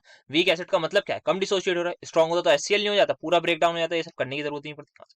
तो यहाँ पर क्या होता है, अल्फा मतलब डिग्री ऑफ डिसोसिएशन की वैल्यू बहुत कम होती है, तो 1 - अल्फा को अप्रोक्सीमेटली हम 1 के इक्वली लेते हैं। क्यों सर, क्योंकि यहाँ पर ये बहुत कम डिसोशिएट हो रहा है। अगर इसके 100 मॉलिक्यूल्स ये थे तो एक ही मॉलिक्यूल डिसोशिएट हुआ होगा, तो डिग्री ऑफ डिसोसिएशन आपकी आ जाएगी 0.01। तो 1 माइनस 0.01 क्या होगा सर 0.99। क्या 1 के इक्वल अप्रोक्सीमेटली नहीं बोल सकता? हाँ सर अप्रोक्सीमेटली बोल सकते हैं, तो यही करा है यहाँ पर। तो ये हो जाएगा सी अल्फा स्क्वायर बाय 1। तो ये हमारे पास, तो सी क्या है हमारे पास, नंबर ऑफ मोल्स 1 लीटर में कितने हैं। तो वी, अब एक चीज होती है वी को हम बोल देते हैं दैट इज 1/c के इक्वल। क्यों है? कुछ नहीं है भाई, हमारे पास 1 मोल की वॉल्यूम है, ये कुछ नहीं है, 1 मोल की वॉल्यूम आप समझ लीजिए ये है, जिस सिंपली मोलर वॉल्यूम आप इसको बोल सकते हैं। ठीक है, कैसे बताऊं, तो अगर molarity is to number of moles upon volume होती है, हाँ सर, अगर मैंने 1 मोल ले लिया तो क्या ये 1/v नहीं हो जाएगा? हाँ सर, तो ये कुछ नहीं है, वी 1 मोल की वॉल्यूम है हमारे पास। ठीक है, तो सी की जगह मैं ये भी लिख सकता हूँ कि के ए मेरा इक्वल हो गया अल्फा स्क्वायर बाय वी के। ठीक है, एक चीज मैं यहाँ से ये लिख सकता हूँ, तो यहाँ से मैं अल्फा की वैल्यू निकाल सकता हूँ, एक तो in terms of see that is के ए इंटू, सॉरी यहाँ पर अल्फा स्क्वायर, हाँ के ए इंटू वी हो जाएगा, एक ये आ गई अल्फा की वैल्यू। दूसरा मैं सी अल्फा स्क्वायर से निकाल सकता हूँ, तो के ए बाय सी का अंडर रूट मेरा इक्वल होगा अल्फा। तो ये मैं यहाँ से 2 वैल्यूज निकाल सकता हूँ। आई होप आपको ये चीज समझ में आई होगी। नेक्स्ट अब क्या करना है, रिलेशन लिखना है सोल्यूबिलिटी प्रोडक्ट एंड सोल्यूबिलिटी का फॉर एल्यूमिनियम हाइड्रोक्साइड। तो एल्यूमिनियम हाइड्रोक्साइड की बात करें तो ये किस में ब्रेक डाउन होगी सर, ये हमारे पास ब्रेक डाउन होगी, इक्विलिब्रियम का साइन लगा लीजिए पहले प्लीज। ये हमारे पास ब्रेक डाउन होगी Al3 positive plus 3OH negative. हाँ सर, तो अगर इसकी सोल्यूबिलिटी S है तो यहाँ भी S, यहाँ 3S हो जाएगा। हाँ सर, तो KSP अगर मैं लिखूं तो वो क्या होगा, कॉन्सेंट्रेशन ऑफ एल्यूमिनियम की पावर उसका स्टोइचोमेट्रिक कोफिशिएंट इंटू OH नेगेटिव की कॉन्सेंट्रेशन उसकी पावर उसका स्टोइचोमेट्रिक कोफिशिएंट दैट इज 3। तो यहाँ ऐसा आ जाएगा और यहाँ क्या आ जाएगा 3S का क्यूब, तो 927S क्यूब हो जाएगा। तो वो हो जाएगा 27S क्यूब इंटू एस, मतलब 27S की पावर 4। तो ये हमारा एक रिलेशन डेवलप हो गया between KSP and solubility product. Next we have a numerical जिसमें 60% ऑफ द रिएक्टेंट डिकम्पोज हो गया है 45 मिनट में। तो ये रिएक्टेंट है, रिएक्टेंट से अगर प्रोडक्ट जा रहा है तो यहाँ पर ये क्या लूंगा मैं, initially at T is equal to 0 पर इस, मैं मान रहा हूँ ये इसकी ए कॉन्सेंट्रेशन होगी, इनिशियली 0 होगी। अगर 60% प्रोडक्ट टूट गया, बताइए बचा कितना सर, अगर 60% प्रोडक्ट टूट गया मतलब डिकम्पोज हो गया, सॉरी रिएक्टेंट डिकम्पोज हो गया तो 40% बचा। तो इनिशियली अगर ए था तो अब क्या 40% ऑफ ए नहीं हो जाएगा? The answer is yes. तो क्या मैं इसको बोल सकता हूँ 40 divide by 100 into A that is 0.4 है। यस सर बोल सकता हूँ। तो यहाँ पर ये क्या हो गया 0.4 ए हमारे पास हो गया। क्या हो गया? रिएक्टेंट की बात कर रहा हूँ, प्रोडक्ट की बात नहीं कर रहा। तो T is equals to T, जब भी हमारे पास ये पूछा गया है दैट इज 45 मिनट्स पर ये सीन होगा। ठीक है, तो क्या रिएक्शन की हमारी फर्स्ट ऑर्डर की इक्वेशन है K T is equals to 2.303 log of initial concentration divide by final that is 0.4 A naught, या फिर इसको ए बोलना है तो ए बोल लीजिए, ए नॉट। ठीक है, अब क्या करता हूँ, इसको कैंसिल कर देता हूँ, इससे ये कैंसिल हो गया। तो के टी किसके इक्वल हो जाएगा, के क्या है, अच्छा के ही तो निकालना है ना, हमें के निकालना है ना। तो यहाँ पर हमें बेसिकली हाफ लाइफ निकालनी है, हाफ लाइफ। ओके, तो हाफ लाइफ के लिए हमें के चाहिए होगा, तो के हमारे पास आ जाएगा K into 45 is equals to 2.303 log of 0.4 की जगह क्या मैं यहाँ पे 0 हटा के ये लिख देता है, तो 2.5, तो लॉग 5/2 यहाँ पर लिख दिया। तो K into 45 is equals to 2.303 log 5 की वैल्यू क्या हो गई 0.7 माइनस लॉग 2 की वैल्यू 0.3, यही होती है ना। हाँ सर यही होती है। तो यहाँ पर के टी जो हो जाएगा वो आपका आ जाएगा 2.30 के sorry 3 into 0.4 divide by 45 minute inverse आ जाएगा। ठीक है, now we have to calculate आपका हाफ लाइफ। तो that is T half is equals to 0.693 by K, ये होती है हमारे पास। हाँ सर बिल्कुल होती है। तो यहाँ पर इसको अगर हम वैसे लिखें, वैसे ये क्या होती है, ये 2.303 इंटू आपको करना होता है यहाँ पर लॉग 2 से, लॉग 2 ना, हाँ। तो 2.303 इंटू लॉग 2 होती है, तो ये हमारे पास वैल्यू हम यहाँ से भी चाहें तो कर सकते हैं, बट स्टिल यहाँ पर आप इसकी वैल्यू पुट करिएगा तो आपका आंसर आ जाएगा। तो आप इसको थोड़ा ऐसे लिख सकते हैं, आई थिंक 2.303 इंटू लॉग 2 क्या होता है 0.3 ना, हाँ तो 0.3 डिवाइड बाय के। अब के की वैल्यू अब आप यहाँ पर डालेंगे ना तो 2.303 से वो कैंसिल हो जाएगा, तो थोड़ा सा आपको आसानी होगी क्वेश्चन सॉल्व करने। बाकी आई थिंक कंसेप्ट यही रहेगा, ये वाली इक्वेशन ही आपकी यूज होने वाली है। तो एक बार प्लीज आंसर को चेक कर लीजिए। Next we have to write the relation between half life period and initial concentration for zero order reaction. तो फॉर जीरो ऑर्डर रिएक्शन क्या मेरी इक्वेशन ये नहीं है K T is equals to A minus A naught, हाँ sir है तो ये, sorry A naught minus A T, A naught मतलब इनिशियल कॉन्सेंट्रेशन, ए टी मतलब एट एनी टाइम टी। तो अगर बात करें हाफ लाइफ की, तो हाफ लाइफ पे क्या होता है सर, हाफ लाइफ पे हमारे पास कुछ नहीं होता, जो होता है आधी रिएक्शन हो जाती है, आधी रिएक्शन हो जाती है। आधी रिएक्शन होने का मतलब है क्या कॉन्सेंट्रेशन आधी नहीं हो जाएगी? हाँ सर बिल्कुल हो जाएगी। ए माइनस ए बाई टू क्या हो जाएगा सर? सिंपल सा हमारे पास ए माइनस ए बाई टू हो जाएगा आपका ए बाई टू। तो यहाँ पर क्या मैं लिख सकता हूँ, half life for zero order reaction equal हो गई ए बाई टू के। यस सर बिल्कुल लिख सकते हैं, लिख दिया मतलब, और आंसर भी यही है, तो यही डिराइव करना था। तो यहाँ पर आप देख सकते हैं T half is equal to A naught upon two K आ जाएगा। तो बहुत सिंपल सा था। अच्छा ये कैसे करा? ये हमारे पास जीरो ऑर्डर के लिए यही रिएक्शन होती है, सॉरी इक्वेशन होती है, और ये हमारी होती है फर्स्ट ऑर्डर रिएक्शन के लिए equation. Next question we have, write the conditions of colour of transition metal ion. तो ट्रांजिशन मेटल के जो आयंस होते हैं उनमें कलर का क्या रीजन है, हमारे पास मेजरली ये पूछा गया। तो क्या होता है वो, सबसे पहले कलर का रीजन ही क्या होता है? इलेक्ट्रॉन है, किसी लोअर एनर्जी पर है, उसको एनर्जी मिली, एक्साइट होकर हायर एनर्जी लेवल पर चला गया। अब हायर एनर्जी पे लेवल पर जाने के बाद ये वापस जब अपनी जगह पर आता है, तो जो एनर्जी इसने एक्सेप्ट करके जिस एनर्जी से एक्साइट हुआ था वही एनर्जी अब लूज करेगा। अब वो जो एनर्जी इसने लूज करी उसका फॉर्मूला क्या एस सी बाई लैम्डा होता है? हाँ sir, energy is equal to S C by lambda होता है, एटॉमिक स्ट्रक्चर में फॉर्मूला है। तो यहाँ पर कुछ वेवलेंथ की वैल्यू आएगी, कुछ उसने एनर्जी रिलीज करी, डिपेंडिंग अपॉन द एनर्जी कुछ वेवलेंथ आएगी। जो भी वेवलेंथ आई अगर वो विजिबल रीजन में लाई कर रही है तो कलर शो होगा। तो डिपेंड करता है उसने कितनी एनर्जी ली थी, कितनी एनर्जी से वो एक्साइट हुआ, कितने एनर्जी लेवल में गए।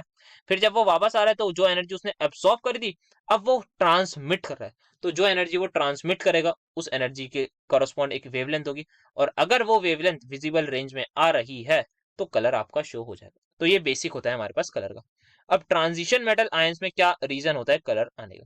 तो सबसे पहले जो होता है वो हमारे पास जिन जिन में भी अनपेड इलेक्ट्रॉन प्रेजेंट होते हैं तो उसमें होता है। दूसरा डी डी ट्रांजिशन, आपको पता होगा जैसे ही हमारे पास कोई लिगेंड आता है ऑक्टाहेड्रल वाला कॉम्प्लेक्स बनाए तो T2G और EG में क्या हमारे पास ये कन्वर्ट नहीं हो जाते? हाँ सर हो जाते हैं। तो यहाँ पर जैसे मैं मानूं तीन अनपेड इलेक्ट्रॉन है, तो क्या होगा जैसे ही इस वाले इलेक्ट्रॉन को थोड़ी एनर्जी मिलेगी ये कहेगा आओ चलो EG का एक चक्कर लगा के आए। ये T2G में खुद ये कहेगा आओ भाई थोड़ी सी एनर्जी आ गई, जैसा कोई देखो किसी कोई इंसान है उसके पास भी अगर थोड़े बहुत पैसे आ गए तो कहेगा आओ थोड़े बहुत पैसे उड़ा के घूम के आते हैं। वैसे इसके पास था, इसके पास एनर्जी है, इसने कहा आओ थोड़ा बहुत घूम घूम फिर के आते हैं, तो ये चलेगा EG पर। तो ईजी में गए, एनर्जी मिली थी कुछ, ईजी में गए अब वापस आ रहे हैं ईजी से, तो जब वापस आएंगे तो कुछ एनर्जी रिलीज करेंगे, वही एनर्जी करस्पॉन्ड करेगी कुछ ऐसी वेवलेंथ को जो विजिबल रीजन में लाई करेगी। So this is our D D transition. किस वजह से हो रहा है? Unpaired electron. और क्यों होता है? क्योंकि जब तक कोई ना कोई लिगेंड आएगा नहीं तब तक स्प्लिटिंग ऑफ डी ऑर्बिटल नहीं होगी। जैसे ही कोई लिगेंड आएगा स्प्लिटिंग हुई तो कलर शो हो जाएगा। फिर डिपेंड करता है geometry of the metal complex ion, depend करता है बेसिकली लिगेंड स्ट्रॉन्ग फील्ड है वीक फील्ड है, इन सारी चीजों पर ये चीजें डिपेंड करता है colour of transition metal ion.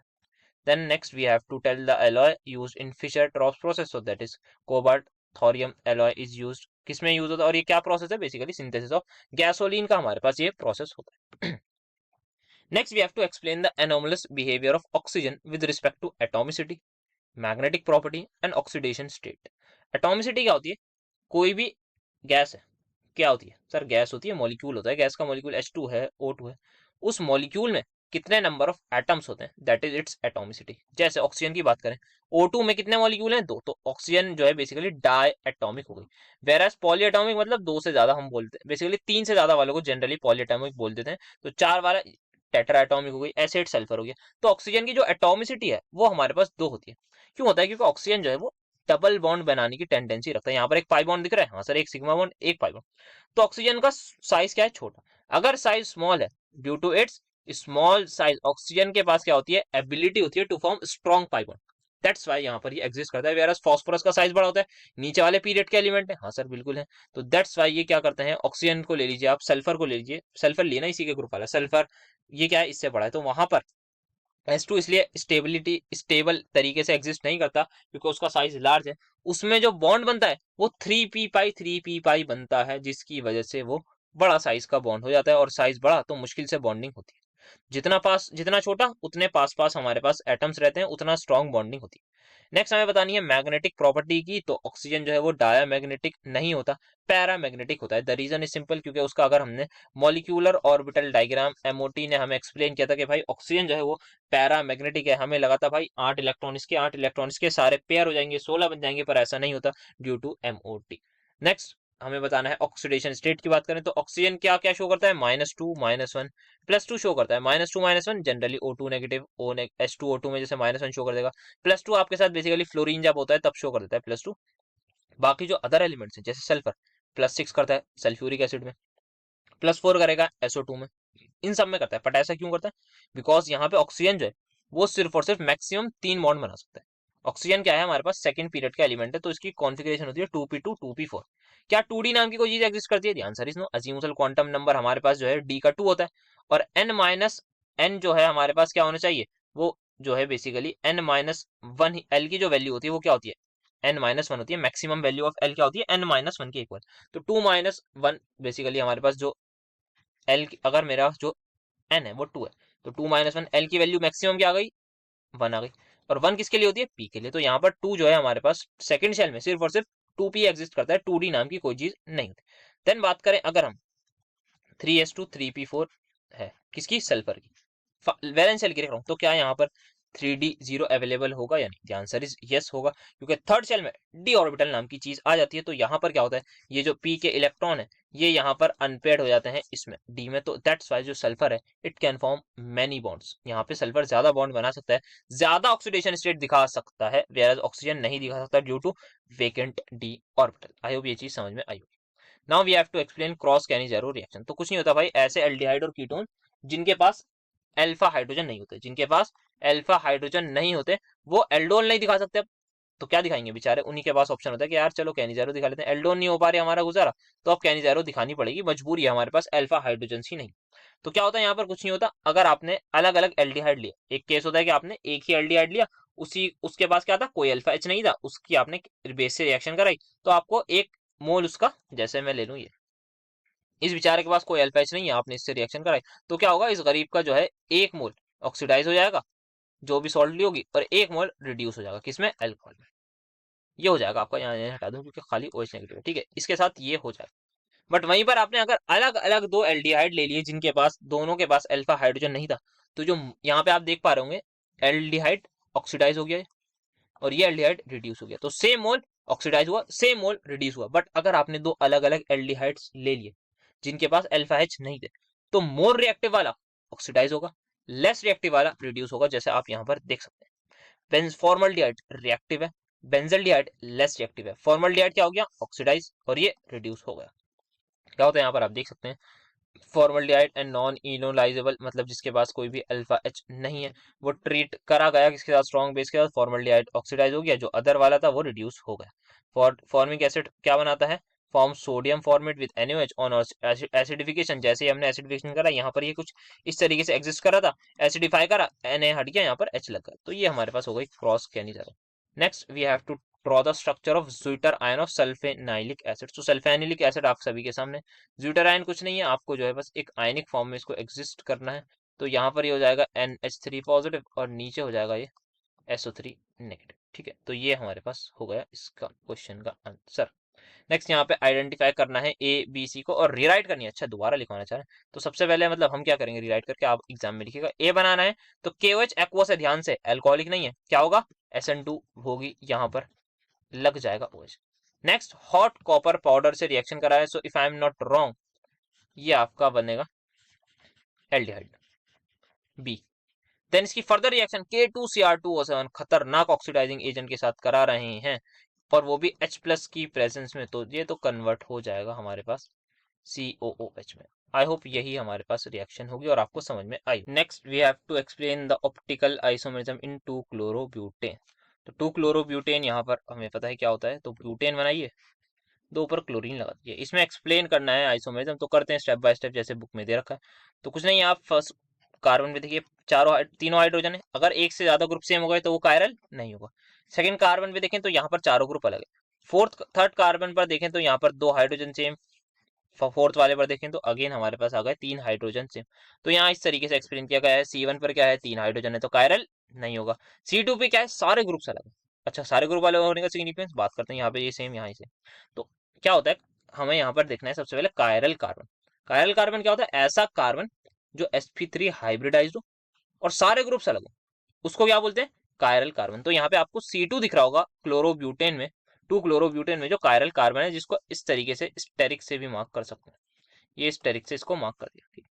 तो जब किसी मॉलिक्यूल में एक कायरल कार्बन होता है तो भाई उसकी प्रॉपर्टी जो है वो कुछ यूनिक हो जाती है। Such a molecule cannot superimpose perfectly on its mirror image. It is called chiral molecule. A chiral molecule and its mirror image are not identical. क्या बोल रहे हैं? ये आपको क्या एक मॉलिक्यूल दिख रहा है, इसकी जैसे ही आपने मिरर इमेज बनाई तो क्या ये कुछ इस तरीके की बन जाएगी? The answer is yes. जैसे ये बनेगी, अब आप इसको उठा के इस पे रखिए। जैसे एक चीज बताता हूँ, आप लिए ए, इसकी मिरर इमेज बनाइए, क्या ए ही बनेगी? हाँ। आप लिए ओ, क्या इसकी मिरर इमेज ओ ही बनेगी? बट यहीं पर आप लिए सी, तो क्या इसकी इमेज कुछ ऐसी बनेगी? यस सर, ऐसी बनेगी। तो अब क्या करिए, इसको उठा के इस पे रखिए, क्या ये इसके ऊपर एकदम से कॉन्ग्रुएंट हो जाएगी, बिल्कुल जैसा है एकदम वैसी फिट हो जाएगी? The answer yes. क्या ये ओ भी यहाँ पर ऐसे फिट हो जाएगा? हाँ। क्या ये सी यहाँ पर ऐसे फिट होगा? नहीं सर, अगर ये ऐसी है तो ये कुछ इस तरीके से होगी। सो this is non super imposable mirror image. तो ये हमारे पास आ गया है, तो यही हमारे पास आपकी बुक में लिखा हुआ है, तो इसी चीज को कर दिया एक्सप्लेन। ठीक है, next that is last question इस सेक्शन का, write Clemmensen reduction for the reduction, oh sorry, reaction of propane. तो ये प्रोपेनॉन, तो प्रोपेनॉन आगे क्या होता है? क्लेमेंसन रिडक्शन में कुछ नहीं होता भाई, एल्डिहाइड लो, कीटोन लो, क्लेमेंसन रिएजेंट जो भी होता है उससे रिएक्शन कराइए, अल्केन मिल जाएगा आपको। तो यहाँ पर इसकी रिएक्शन कराते हैं zinc Hg, zinc amalgam concentrated HCl के साथ, और यहाँ पे बेसिकली 4 नेसेंट हाइड्रोजन ऐसे लिखते हैं, और आपके सामने तैयार हो जाएगा आपका एल्केन। तो यहाँ पर क्या हो जाएगा? एल्केन आपका तैयार हो जाएगा। ये दो बॉन्ड टूटेंगी, दोनों यहाँ पर क्या लग जाएगा? H यहाँ पर लग जाएगा, और बेसिकली 2 H इसको मिल जाते हैं, तो ये पानी निकल जाता है। तो इस तरीके से समझ सकते हैं। तो ये हमारे पास हो गई Clemmensen reduction reaction for propanone. तो प्रोपेनॉन ही पूछा था? हाँ, प्रोपेनॉन ही पूछा था। ऐसे और किसी भी पूछे तो बता सकते हैं। Next we have to write Fehling solution test for ethanol. Fehling solution test में क्या होता है? कोई भी एल्डिहाइड लेते हैं, बेसिकली एलिफेटिक एल्डिहाइड लेते हैं, उसकी रिएक्शन फेलिंग रिएजेंट के साथ कराते हैं। फेलिंग रिएजेंट क्या होता है? सॉरी, फेलिंग सोल्यूशन के साथ कराते हैं। इसमें दो होते हैं जनरली फेलिंग सोल्यूशन, एक फेलिंग सोल्यूशन ए, एक फेलिंग सोल्यूशन बी, ये होता है हमारे पास। तो दोनों को मिक्स करके हमारे पास ओवरऑल जो बनता है वो होता है कॉपर 2 पॉजिटिव और 5 हाइड्रोक्साइड आयन हमारे पास होते हैं, बेसिकली बेस लेते हैं। तो जैसे ही मैं यहाँ पर इथेनॉल की रिएक्शन करा दूं, इथेनॉल क्या होता है? CH3CHO होता है या नहीं? यस सर होता है। इसकी रिएक्शन मैं करा रहा हूं यहाँ पर Cu2 positive plus 5OH negative के साथ, तो यहाँ पर इसी फॉर्म में लिखते हैं, और मैं क्या करूंगा? बॉईल कर देता हूँ।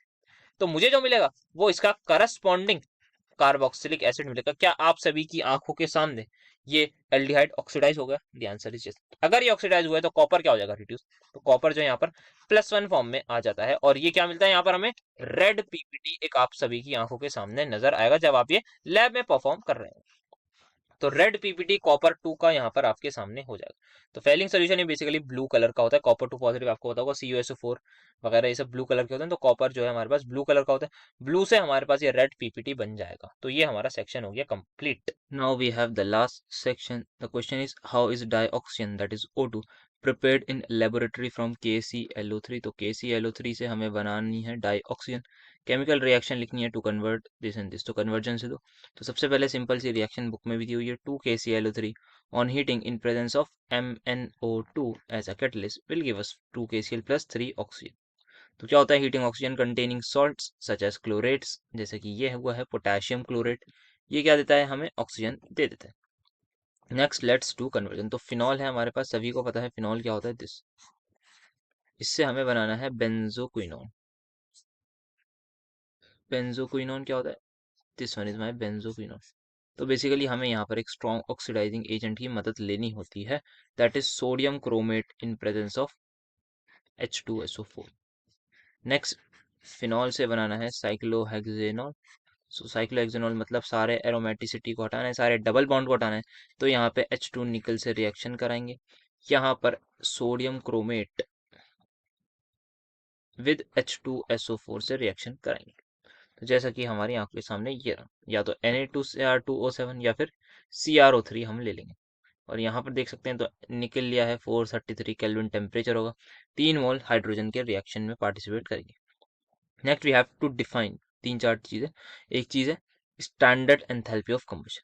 स्टैंडर्ड एंथैल्पी ऑफ कंबशन का क्या मतलब है? सबसे पहले एक रिएक्शन है, उस रिएक्शन में क्या हो रहा है? रिएक्शन विद ऑक्सीजन हो रही है, ठीक है, रिएक्शन विद ऑक्सीजन हो रही है। हाँ सर, मतलब क्या करा रहे हैं? हम कंबशन करा रहे हैं। तो उस रिएक्शन में अगर 1 मोल ऑफ द सब्सटेंस बना है, 1 मोल, या फिर बेसिकली अगर मैं इसकी डेफिनेशन रीड करूं, the standard enthalpy of combustion of a substance is the standard enthalpy change accompanying in a reaction when 1 mole of the substance in its standard state is completely oxide। तो यहाँ पर मैंने 1 mole carbon अगर लिया है, अगर मैंने 1 mole carbon लिया है, उसको कंप्लीटली ऑक्सीडाइज कर दिया, तो जो भी एनर्जी इस रिएक्शन में रिलीज होगी उसको मैं बोलूंगा, या फिर जो भी एंथैल्पी इस रिएक्शन की होगी उसको हम बोलेंगे स्टैंडर्ड एंथैल्पी ऑफ कंबशन। तो कोई भी हो सकता है, जैसे यहाँ पे 1 कार्बन लिख लिया, हो सकता है हम ग्लूकोज को कंबशन करा रहे हैं, हो सकता है किसी हाइड्रोकार्बन को कंबशन की रिएक्शन कंबशन करा रहे हैं। तो सभी का हमें क्या लेना है, 1 मोल लेना है और उसको कंप्लीटली ऑक्सीडाइज करना है। Next we have to tell enthalpy of atomization. कुछ नहीं होता, एटोमाइजेशन मतलब एटम्स में बनाना है। किसको बनाएंगे, ऑब्वियसली मॉलिक्यूल्स को बनाएंगे। तो कोई भी हमारे पास मॉलिक्यूल है, और क्या होता है बेसिकली यहाँ पर ध्यान रखना है, गैशियस सब्सटेंस होनी चाहिए, that has to be in gas form. कोई भी हमारे पास मॉलिक्यूल है, अगर वो गैशियस फॉर्म है, उसको अगर हम उसके एटम्स में कन्वर्ट कर दें, तो जो भी इस रिएक्शन का डेल्टा एच होगा उसको हम बोलेंगे enthalpy of atomisation. So basically इस Cl बॉन्ड को तोड़ना है हमें, और ये क्या है, गैशियस फेज में। तो ये जैसे ही हम जो बॉन्ड तोड़ देंगे, इस बॉन्ड को तोड़ने में जो एनर्जी लगी, that will B enthalpy of atomisation. Next हमें स्ट्रक्चर बनाना है आपका डी राइबोस का। तो यहाँ पर हम देख सकते हैं क्लियरली ये एल राइबोस है। अगर इस डी को, सॉरी इस एल को डी कराना है, तो यहाँ पर कुछ नहीं है, इस ओ को हटाइए, यहाँ ओ एच लगा दीजिए। तो एल बेसिकली हमारे पास होता है जब हमारे पास जो ओ एच है वो लेफ्ट साइड हो, और जब ओ एच, कौन से ओ एच, लास्ट वाला कार्बन जो इस C H two O H के रिस्पेक्ट में, इस C H two O H के रिस्पेक्ट में हम देखते हैं। तो इस C H two O H के रिस्पेक्ट में मतलब ये जस्ट दिस कार्बन ये है, तो यहाँ पर ये क्या शो करेगा, यहाँ पर ये हमारे पास अगर ये राइट में है तो ये डी राइबोस हो गया, और वहीं पर जैसे ओरिजिनल फिगर में ये लेफ्ट में, तो ये हमारे पास एल राइबोस हो जाएगा। सो ये हमारा हो गया स्ट्रक्चर। ठीक है, नेक्स्ट क्या है, हमें बताना है write the use of bronze alloy. तो ब्रोंज क्या है, अलॉय है कॉपर का एंड टिन का, जो क्या होता है, टफ होता है, स्ट्रांग होता है, एंड कोरोजन रेजिस्टेंट होता है, कोरोजन को रेजिस्ट करता है। किस लिए यूज होता है, for making statues, medals, trophies. Next we have to distinguish between order and मॉलिक्यूलैरिटी।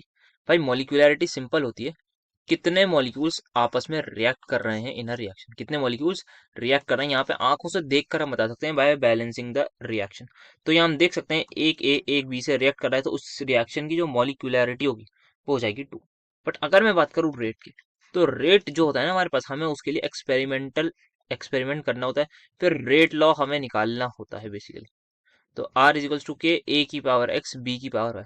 तो यहाँ पर हम रेट लॉ यूज करेंगे, बेसिकली हम अलग अलग कॉन्सेंट्रेशन पर रेट निकालेंगे, फिर इनको डिवाइड वगैरह कर कर देखेंगे भाई कितना, अगर हमने जैसे ए की कॉन्सेंट्रेशन डबल करी तो रेट पर क्या इफेक्ट पड़ रहा है, बी की डबल करी तो क्या पड़ रहा है, तो उसके अकॉर्डिंगली हम देखेंगे, तो हमें पता चलेगा कि किस ऑर्डर की ये रिएक्शन है। तो ऑर्डर जो होता है वो हमारे पास हो जाएगा X plus Y. So rate क्या होता है, एक्सपेरिमेंटली डिटरमाइन किया जा सकता है, सिर्फ और सिर्फ मॉलिक्यूलैरिटी देखते ही बता सकते हैं, थ्योरेटिकल एंटिटी। ये क्या होता है रेट, ऑर्डर क्या होता है, sum of the powers of the concentration terms of reactant those appear in the rate equation. जैसे कि यहाँ देख सकते हैं एक्स क्या है, पावर, ये भी क्या है, वाई क्या है, पावर है।